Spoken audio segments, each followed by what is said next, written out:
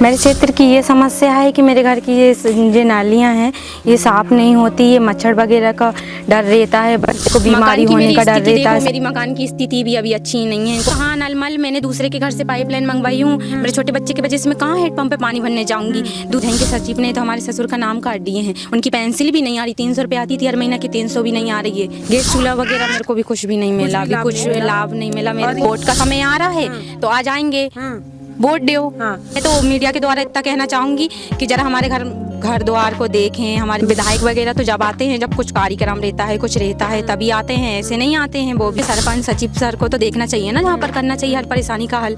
अगर जी सरकार हमारी नहीं सुनेगी तो हम तो कह रहे हैं बदलाव चाहिए हमको। क्यों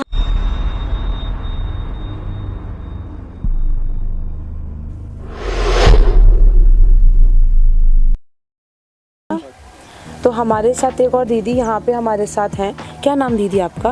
अंजू तुमराम। तो अंजू जी, आपकी क्षेत्र की क्या समस्याएं हैं? मेरे क्षेत्र की ये समस्या है कि मेरे घर की ये नालियाँ हैं, ये साफ़ नहीं होती, ये मच्छर वगैरह का डर रहता है, बच्चे को बीमारी होने का डर रहता है। साल भर में एक बार साफ़ होती है, हर महीने की हफ्ते के हफ्ते साफ़ नहीं होती है। गलियों में कचरा पड़ा रहता है, अभी बॉक्स लगे, वो बॉक्स भी खाली नहीं होते हैं, वो भर जाता है तो कोई खाली करवाने का सोचता ही नहीं है। और ये नालियाँ भरी रहती हैं तो उस पर भी कोई बोलते ही नहीं है कि हम साफ़ करवाएं कि नहीं करवाएं। ऐसे कचरा पड़ा रहता है, हम लोगों को कोई परेशानी के मारे करना पड़ता है। छोटे छोटे बच्चे हैं हमारे, चले जाते हैं, यहाँ के कोई बोलते ही नहीं है। बोलो तो उल्टे हम ही को सुना के जाते हैं। हर महीना की सरकार इनको पैसे दे रही है, इन्हें साफ़ करवाना चाहिए ना, बताइए आप।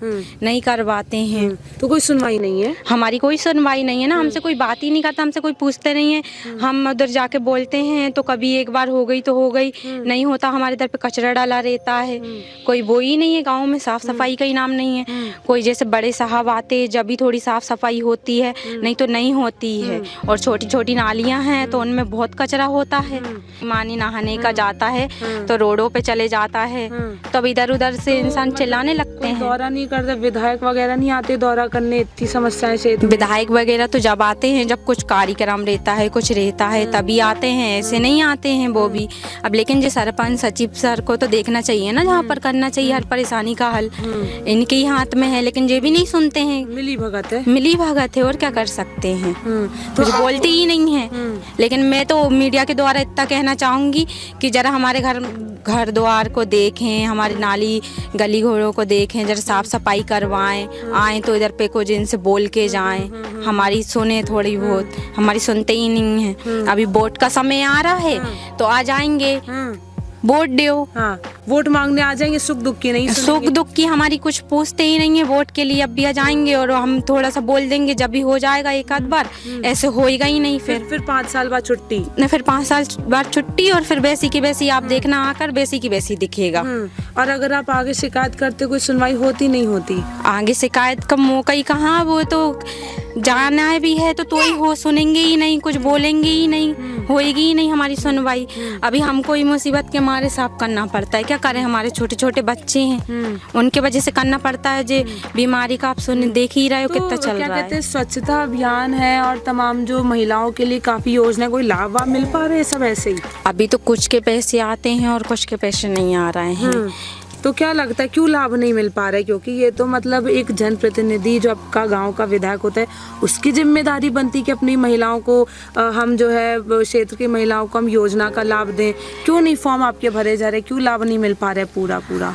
मेरे वहाँ से नाम नहीं कटा। मैंने उनसे बोला भी था, उनने बोला भी था कि इधर पे जोड़ दो, उधर से भी बोला था। वो कहने लगे कि हमको लिखत में चाहिए, लिखत में लेकर आओ। और वहाँ पर मैं इतनी दूर भोपाल कहाँ जा पाती हूँ, तो मेरे वहाँ से बोला कि तुम जुड़वा लो, हम काट के दे देंगे। फिर भी नहीं जुड़ा, मेरा भी फॉर्म नहीं भराया है। तो ये तो कार्यकर्ता और विधायक नहीं भराया है, मेरा भी फॉर्म। जिम्मेदारी बनती है आपकी फॉर्म वगैरह भराने की। नहीं भराया, उनने कह दिया कि आपकी उम्र कम बता रही हो, जबकि मेरी उम्र समग्र ID में फिक्स 23 है, 23 साल की ऊपर की महिलाओं को भरा रहा है, फिर भी इन लोगों ने मेरा फॉर्म नहीं भरा। और वो उज्ज्वला योजना वगैरह का क्या है, कुछ लाभ मिल, गैस चूल्हा वगैरह कुछ?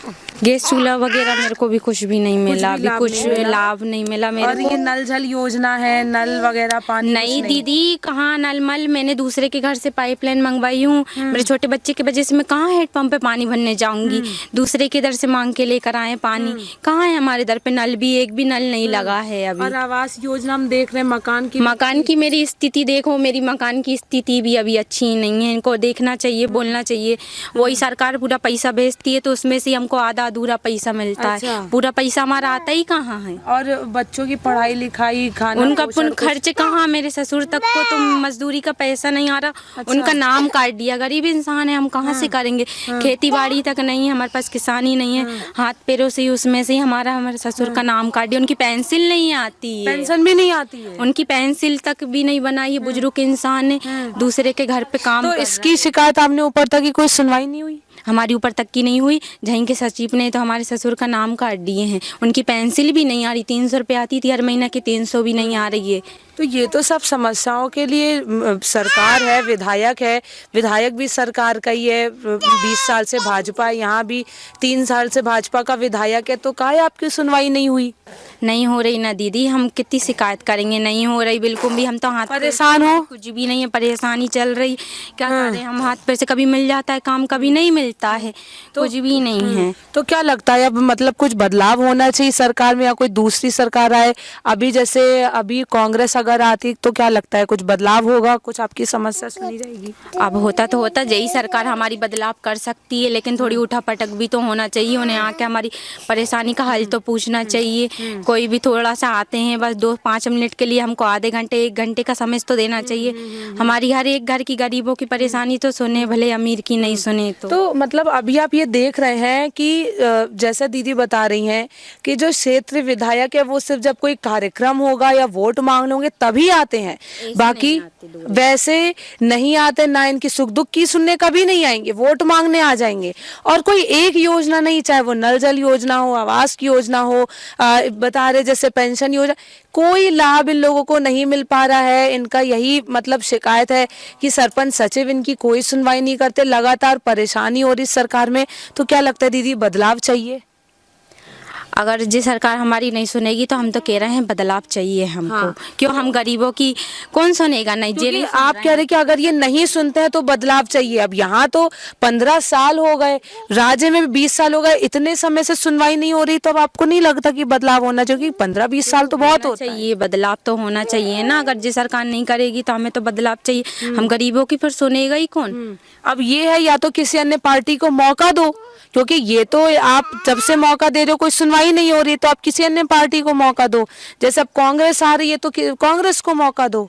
यही इसका एक वो चाह रहा है कि भाई दूसरी पार्टी को फिर मौका दो।